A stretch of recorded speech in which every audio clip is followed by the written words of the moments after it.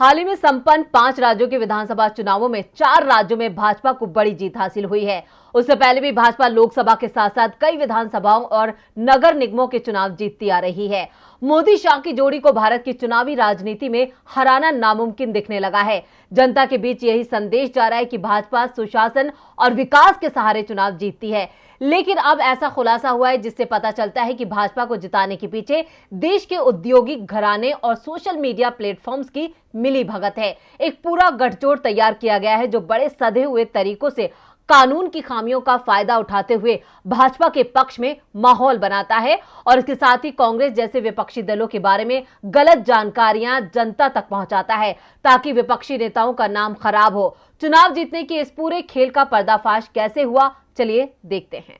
Social media platform के Facebook पर भाजपा के लिए गलत तरीकों से विज्ञापन कर पार्टी के पक्ष में माहौल बनाया गया है ताकि उसे चुनाव में फायदा मिल सके।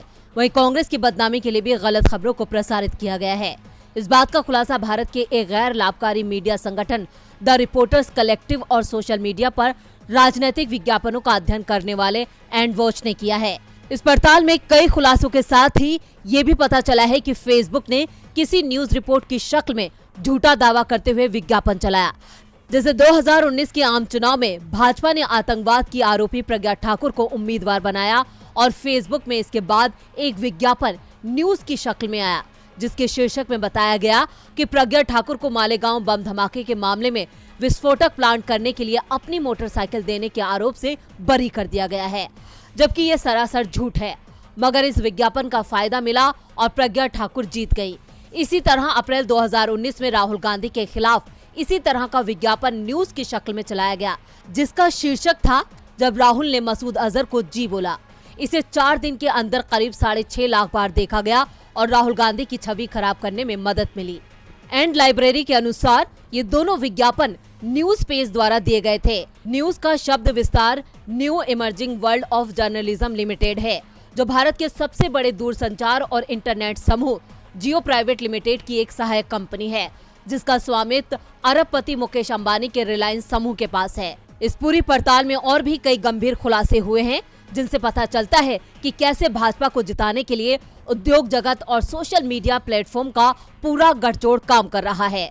चुनाव आयोग ने भी इस पर अपनी आंखें बंद कर रखी हैं, लेकिन जब इसका खुलासा हुआ तो कांग्रेस अध्यक्ष सोनिया गांधी ने लोकसभा में मोदी सरकार को घेर लिया। उन्होंने फेसबुक और ट्विटर जैसे सोशल मीडिया प्लेटफॉर्म्स पर आरोप लगाया कि फेसबुक और ट्विटर जैसे सोशल मीडिया प्लेटफॉर्म्स राजनीतिक दलों के नैरेटिव को आकार देने का काम कर रही है।